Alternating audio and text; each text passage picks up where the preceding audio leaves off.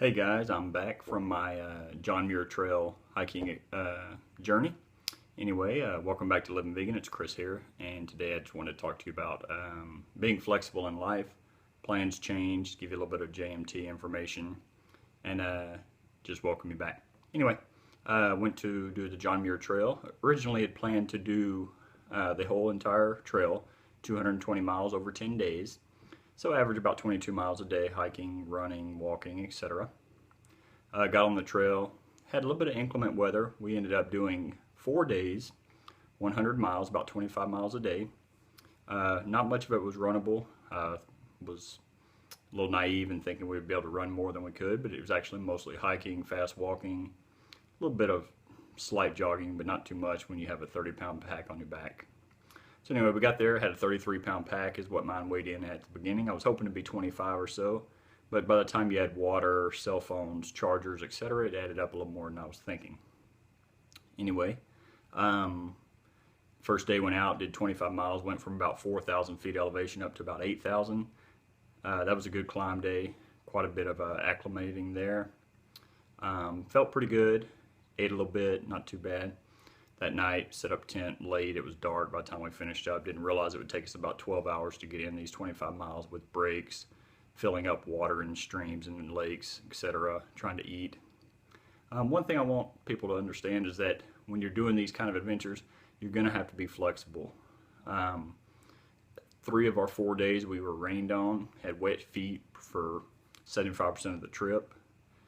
So you develop a little more blisters, things like that. Also, we were held on 3 different times, once a day, pretty much each day. One day we did not. At those times, you just have to do what you can, cover up a little bit with rain jackets, etc., if you have them, and just take it easy.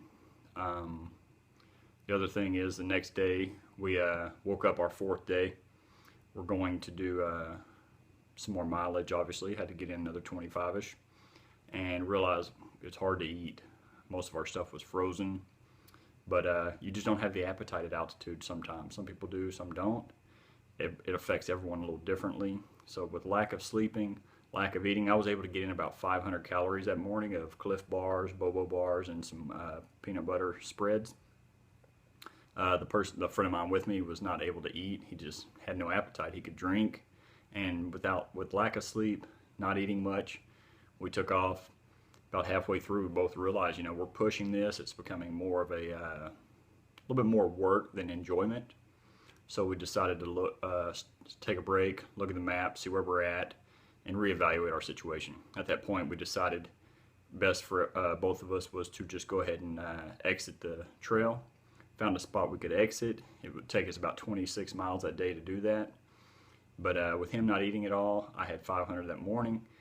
Once we exited, we went to to VVR. It's Vermilion Valley Ranch.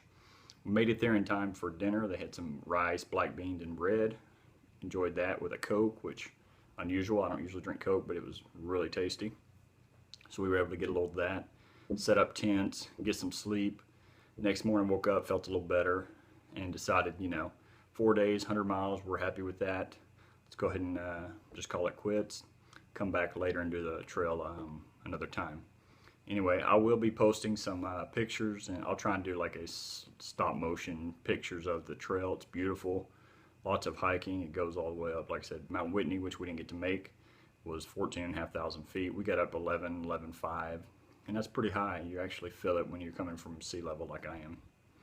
Anyway, just remember when you're on these kind of trips, be flexible. Don't get frustrated, get mad, and all that stuff.